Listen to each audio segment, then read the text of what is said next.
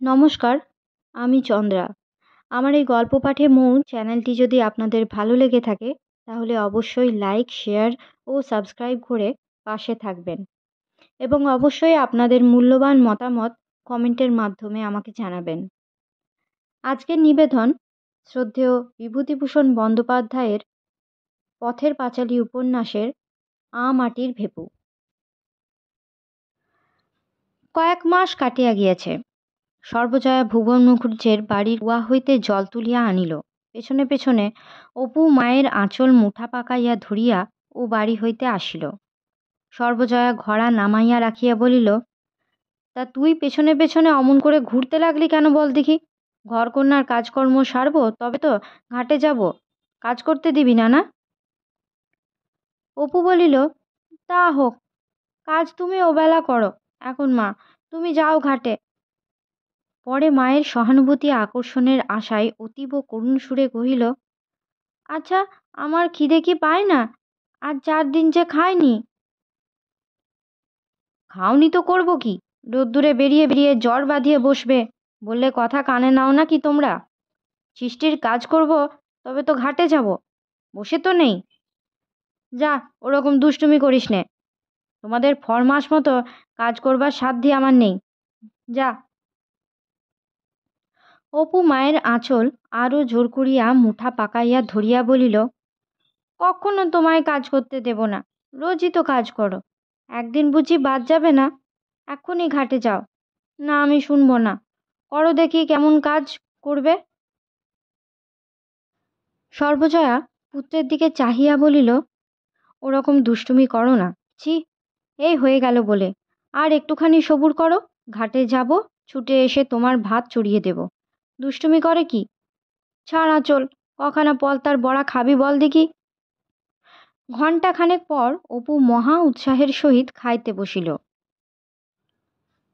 Glass তুলিয়া সে ঢকঢক করিয়া অর্ধেকখানি খালি করিয়া ফেলিয়া পরে আরও 2-1 গ্রাস খাইয়া কিছু ভাত পাতের নিচে ছড়াইয়া বাকি জলটুকু শেষ করিয়া হাত তুলিয়া বসিল। কই খাচ্ছিস কই? এতক্ষণ তো ভাত ভাত করে হাঁপাচ্ছিলে। পলতার বড়া, পলতার বড়া, এই তো সবই ফেলে রাখলি, খেলি কি তবে? সর্বজয়া 1 বাটি দুধ ভাত মাখিয়া পুত্রকে খাওয়াইতে বসিল। দেখি হাঁ করো, তোমার কপালখানা, মন্ডা না মেঠাই না, দুটো ভাত আর ভাত।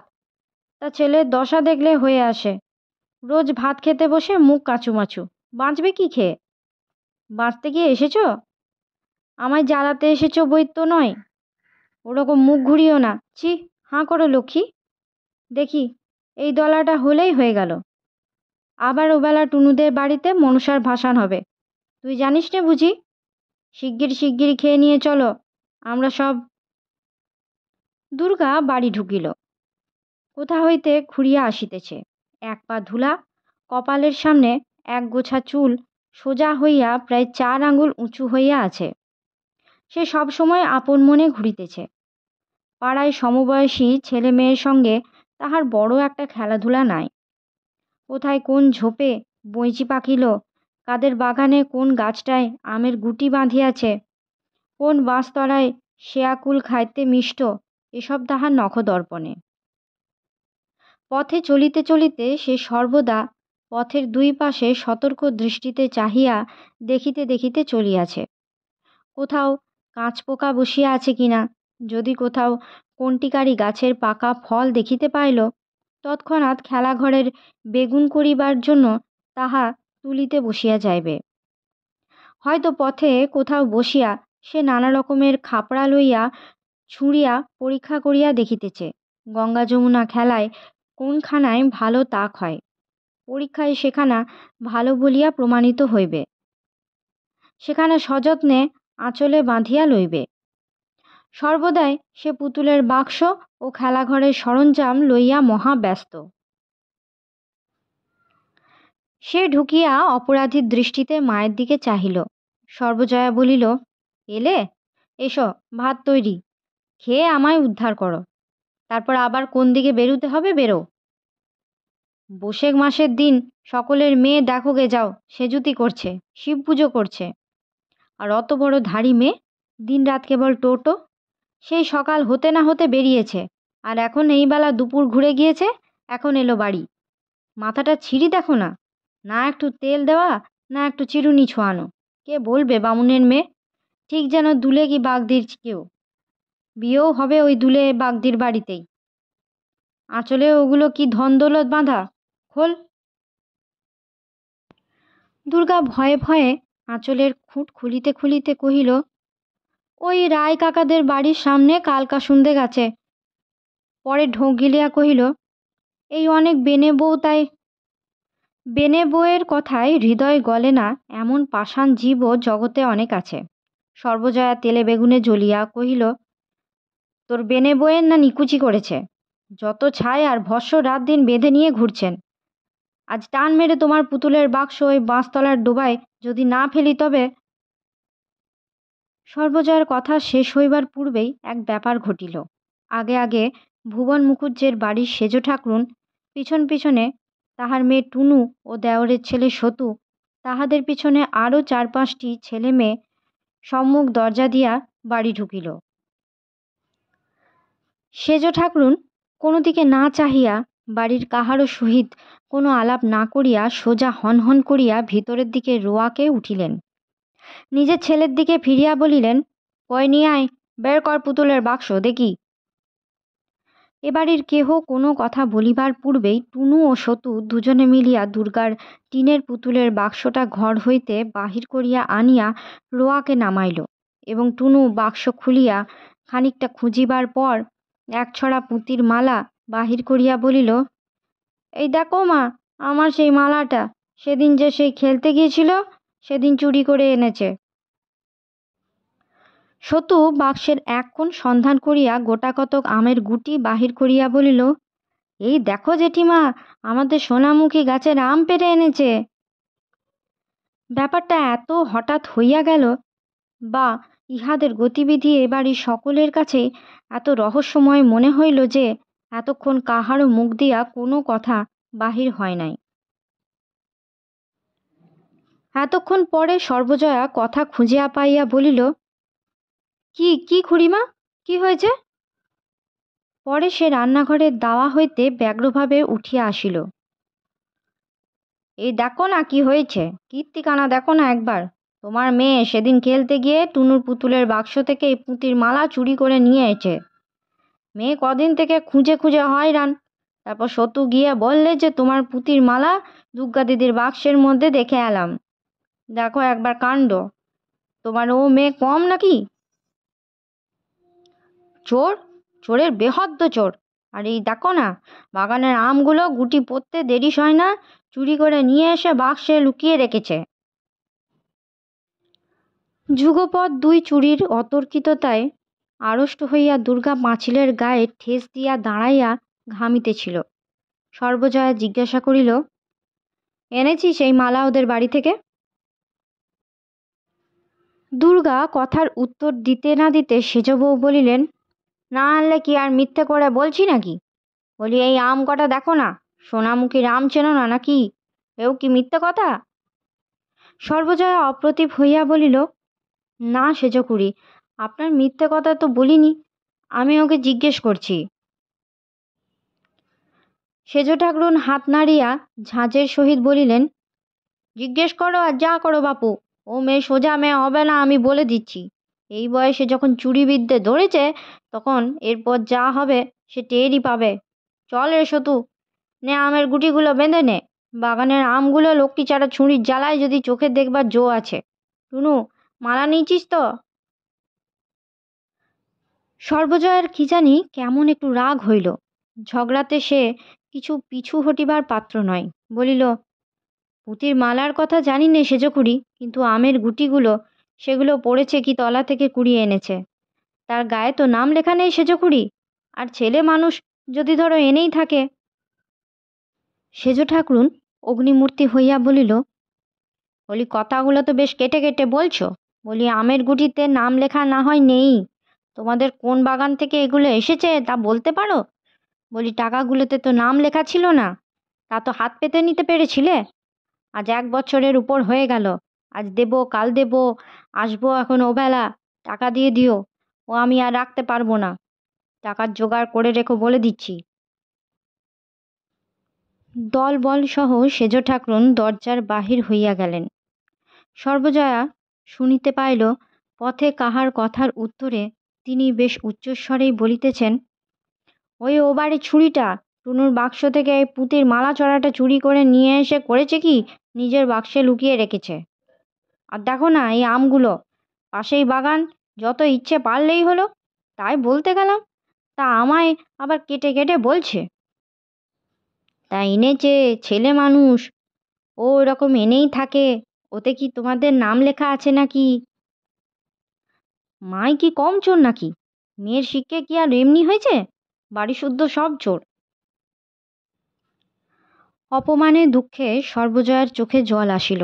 সে ফিরিয়া দুর্গার রুক্ষ চুলের গোছা টানিয়া ধরিয়া ডাল ভাত মাখা হাতেই দুধদার করিয়া তাহার পিঠে কিলের উপর কিল ও চরের উপর চর মারিতে মারিতে বলিতে লাগিল, আপদ বালায় একটা কোত্থেকে এসে জুটেছে।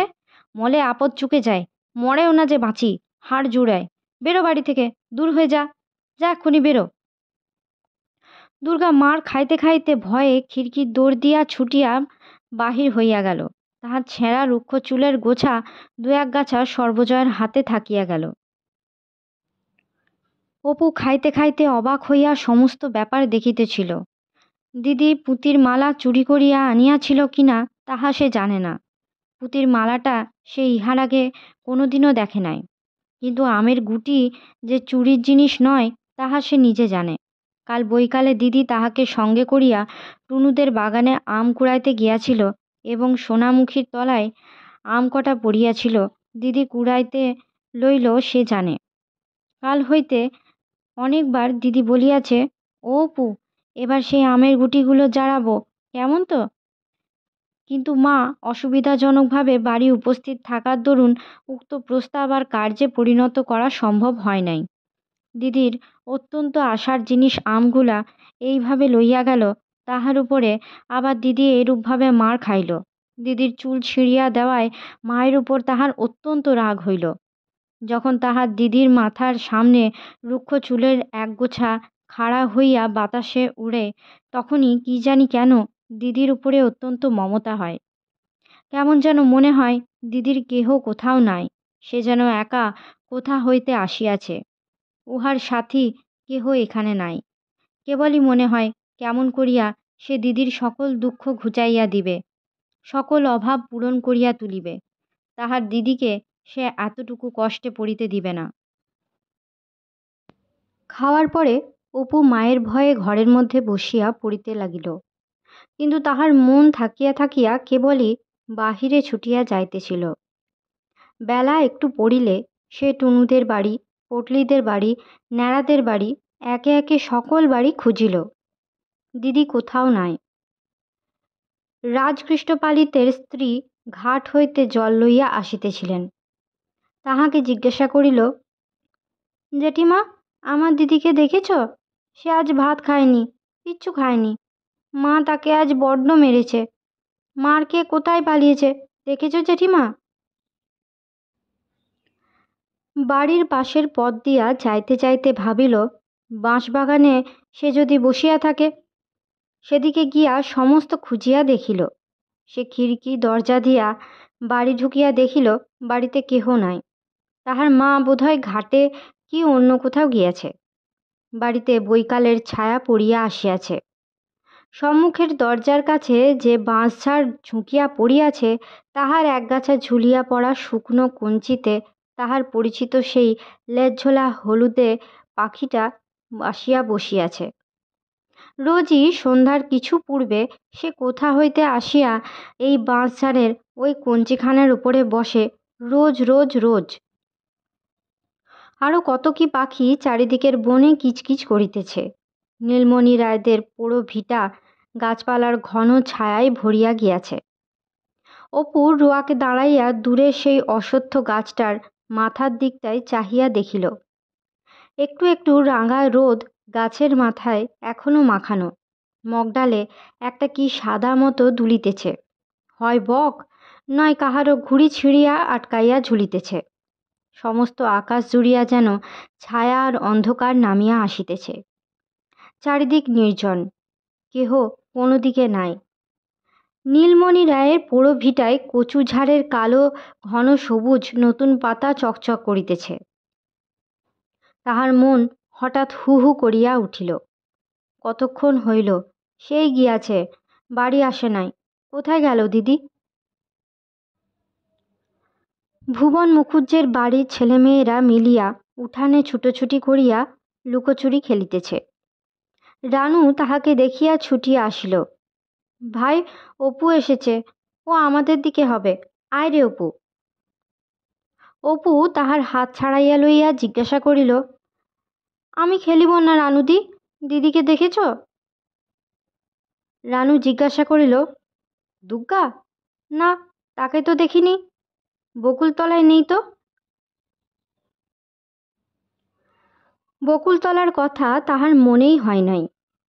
সেখানে দুগ্গা প্রায় থাকে বটে। ভুবন মুখুজ্জের বাড়ি হইতে সে বকুলতলায় গেল, সন্ধ্যা হইয়া আসিয়াছে। বকুল গাছটা অনেক দূর পর্যন্ত জুড়িয়া গাছপালা ছড়াইয়া ঝুপসি হইয়া দাঁড়াইয়া আছে। তলাটা অন্ধকার, কেহ কোথাও নাই। যদি কোনো দিকে গাছপালার আড়ালে থাকে, সে ডাক দিল, দিদি, ও দিদি, দিদি। অন্ধকার গাছটায় কেবল কতগুলো বক পাখা ঝটপট করিতেছে মাত্র। অপু ভয়ে ভয়ে উপরের দিকে চাহিয়া দেখিল, বকুলতলা হইতে একটু দূরে ডোবার ধারে খেজুর গাছ আছে। এখন ডাঁশা খেজুরের সময়। সেখানে তাহার দিদি মাঝে মাঝে থাকে বটে, কিন্তু অন্ধকার হইয়া গিয়াছে। ডোবাটার দুই ধারে বাঁশবন। সেখানে যাইয়া দেখিতে তাহার সাহস হইল না। বকুল গাছের গুঁড়ির কাছে সরিয়া গিয়া সে দুই একবার চিৎকার করিয়া ডাকিল। ভাঁটশেওড়া বনে কি জন্তু তাহার গলার সাড়া পাইয়া খসখস শব্দ করিয়া ডোবার দিকে পালাইল। বাড়ির পথে ফিরিতে ফিরিতে হঠাৎ সে থমকাইয়া দাঁড়াইল। সামনে সেই গাব গাছটা। একা সন্ধ্যের পর এ গাব গাছের তলার পথ দিয়া যাওয়া সর্বনাশ, গায়ে কাঁটা দিয়া ওঠে। কেন যে তাহার এই গাছটার নিচে দিয়া যাইতে ভয় করে, তাহা সে জানে না। কোনো কারণ নেই, এমনি ভয় করে, এবং কারণ কিছু নাই বলিয়া ভয় অত্যন্ত বেশি করে। এত বেশি পর্যন্ত সে কোনো দিন বাড়ির বাহিরে থাকে নাই। আজ তাহার সে খেয়াল হইল না। মন ব্যস্ত ও অন্যমনস্ক না থাকিলে সে কখনোই এ পথে আসিত না। অপু খানিক্ষণ অন্ধকার গাব গাছটার দিকে চাহিয়া দাঁড়াইয়া থাকিয়া ফিরিল। তাহাদের বাড়ি যাইবার আর একটা পথ আছে। একটুখানি ঘুরিয়া পটলিদের বাড়ির উঠান দিয়া গেলে গাবতলায় এ অজানা বিভীষিকার হাত হইতে নিষ্কৃতি পাওয়া যায়। পটলির ঠাকুমা সন্ধ্যার সময়ে বাড়ির রোয়াকে ছেলেপিলেদের লইয়া হাওয়ায় বসিয়া গল্প করিতেছেন। পটলির মা রান্নাঘরে রাঁধিতেছেন। উঠানের মাচাতলায় বিধুক জেলেনি দাঁড়াইয়া মাছ বিক্রয়ের পয়সা তাগাদা করিতেছে। অপু বলিল, দিদিকে খুঁজতে গিয়েছিলাম ঠাকুমা, বকুলতলা থেকে আসতে আসতে। ঠাকুরমা বলিলেন, দুগ্গা? দুগ্গা তো এই তো বাড়ি গেল। এই কতক্ষণ যাচ্ছে, ছুটে যা দেখি, বোধহয় এখনো বাড়ি গিয়ে পৌঁছায়নি। সে এক দৌড়ে বাড়ির দিকে ছুটিল।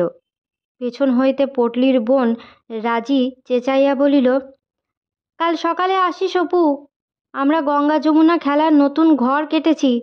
ঢেকশালের পেছনে নিমতলায় দুগ্গাকে আসতে বলিস। তাহাদের বাড়ির কাছে আসিয়া পৌঁছিয়া হঠাৎ সে থমকিয়া দাঁড়াইয়া গেল। দুর্গা আর্তস্বরে চিৎকার করিতে করিতে বাড়ির দরজা দিয়া দৌড়াইয়া বাহির হইতেছে। পেছনে পেছনে তাহার মা কি একটা হাতে মারিতে মারিতে তাড়া করিয়া ছুটিয়া আসিয়াছে। দুর্গা গাবতলার পথ দিয়া ছুটিয়া পালাইল। মা দরজা হইতে ধাবমানা মেয়ের পিছনে চেঁচাইয়া বলিল, যাও, বেরো, একেবারে জন্মের মতো যাও, আর কখনো বাড়ি যেন ঢুকতে না হয়। বালায় আপদ চুকে যাক, একেবারে ছাতিমতলায় দিয়ে আসি। ছাতিমতলায় গ্রামের শ্মশান। অপুর সমস্ত শরীর যেন জমিয়া পাথরের মতো আড়ষ্ট ও ভারী হইয়া গেল। তাহার মা সবেমাত্র ভিতরের বাড়িতে ঢুকিয়া মাটির প্রদীপটা রোয়াকের ধার হইতে উঠাইয়া লইতেছে। সে পা টিপিয়া টিপিয়া বাড়ি ঢুকিতেই তাহার মা তাহার দিকে চাহিয়া বলিল, তুমি আবার এত রাত পর্যন্ত কোথায় ছিলে শুনি? মোটে তো আজ ভাত খেয়েছ? তাহার মনে নানা প্রশ্ন জাগিতেছিল। দিদি আবার মার খাইল কেন? সে এতক্ষণ কোথায় ছিল? দুপুরবেলা দিদি কি খাইল? সে কি আবার কোনো জিনিস চুরি করিয়া আনিয়াছে? কিন্তু ভয়ে কোনো কথা না বলিয়া সে কলের পুতুলের মতো মায়ের কথা মতো কাজ করিয়া ঘরের মধ্যে ঢুকিল। পরে ভয়ে ভয়ে প্রদীপ উস্কাইয়া নিজের ছোট বইয়ের দপ্তরটি বাহির করিয়া পড়িতে বসিল। সে পড়ে মোটে তৃতীয় ভাগ, কিন্তু তাহার দপ্তরে দুখানা মোটা মোটা ভারী ইংরেজি কি বই, কবিরাজি ঔষধের তালিকা, একখানা পাতা ছেঁড়া দাশুরায়ের পাঁচালী, একখানা ১৩০৩ সালের পুরাতন পাঁজি প্রভৃতি আছে। সে নানা স্থান হইতে চাহিয়া এগুলি জোগাড় করিয়াছে এবং এগুলি না পড়িতে পারিলেও রোজ একবার করিয়া খুলিয়া দেখে। খানিকক্ষণ দেওয়ালের দিকে চাহিয়া সে কি ভাবিল, পরে আর একবার প্রদীপ উস্কাইয়া দিয়া পাতা ছেঁড়া দাশুরায়ের পাঁচালিখানা খুলিয়া অন্যমনস্কভাবে পাতা উল্টাইতেছে, এমন সময়ে সর্বজয়া এক বাটি দুধ হাতে করিয়া ঢুকিয়া বলিল, এসো খেয়ে নাও দেখি। অপু দ্বিরুক্তি না করিয়া বাটি উঠাইয়া দুধ চুমুক দিয়া খাইতে লাগিল। অন্যদিন হইলে এত সহজে দুধ খাইতে তাহার রাজি করানো খুব কঠিন হইত। একটুখানি মাত্র খাইয়া সে বাটি মুখ হইতে নামাইল। সর্বজয়া বলিল, ও কি, নাও সবটুকু খেয়ে ফেলো, ওইটুকু দুধ ফেললে তবে বাঁচবে কি খেয়ে? অপু বিনা প্রতিবাদে দুধের বাটি পুনরায় মুখে উঠাইল। সর্বজয়া দেখিল সে মুখে বাটি ধরিয়া রহিয়াছে, কিন্তু চুমুক দিতেছে না। তাহার বাটি শুদ্ধ হাতটা কাঁপিতেছে। পরে অনেকক্ষণ মুখে ধরিয়া রাখিয়া হঠাৎ বাটি নামাইয়া সে মায়ের দিকে চাহিয়া ভয়ে কাঁদিয়া উঠিল। সর্বজয়া আশ্চর্য হইয়া বলিল, কি হলো রে, কি হয়েছে? জিভ কামড়ে ফেলেছিস? অপু মায়ের কথা শেষ হইবার সঙ্গে সঙ্গে ভয়ের বাঁধ না মানিয়া ডুকরিয়া কাঁদিয়া উঠিয়া বলিল, দিদির জন্য বড্ড মন কেমন করছে। সর্বজয়া অল্পক্ষণ মাত্র চুপ করিয়া বসিয়া পরে সরিয়া আসিয়া ছেলের গায়ে হাত বুলাইতে বুলাইতে শান্ত সুরে বলিতে লাগিল, কেঁদো না, অমন করে কেঁদো না। ওই পটলিদের কি ন্যাড়াদের বাড়ি বসে আছে, কোথায় যাবে অন্ধকারে? কম দুষ্টু মেয়ে নাকি? সেই দুপুরবেলা বেরুলো, সমস্ত দিনের মধ্যে আর চুলের টিকি দেখা গেল না, না খাওয়া না দাওয়া। কোথায় ও পাড়ার পালিতদের বাগানে বসেছিল, সেখানে বসে কাঁচা আম আর জামরুল খেয়েছে। এক্ষুনি ডাকতে পাঠাচ্ছি, কেঁদো না অমন করে, আবার জ্বর আসবে, ছি। পরে সে আঁচল দিয়া ছেলের চোখের জল মুছাইয়া দিয়া বাকি দুধটুকু খাওয়াইবার জন্য বাটি তাহার মুখে তুলিয়া ধরিল। হাঁ করো দেখি, লক্ষ্মী সোনা, উনি এলেই ডেকে আনবেন এখন। একেবারে পাগল, কোত্থেকে কে একটা পাগল এসে জন্মেছে। আর এক চুমুক, হ্যাঁ।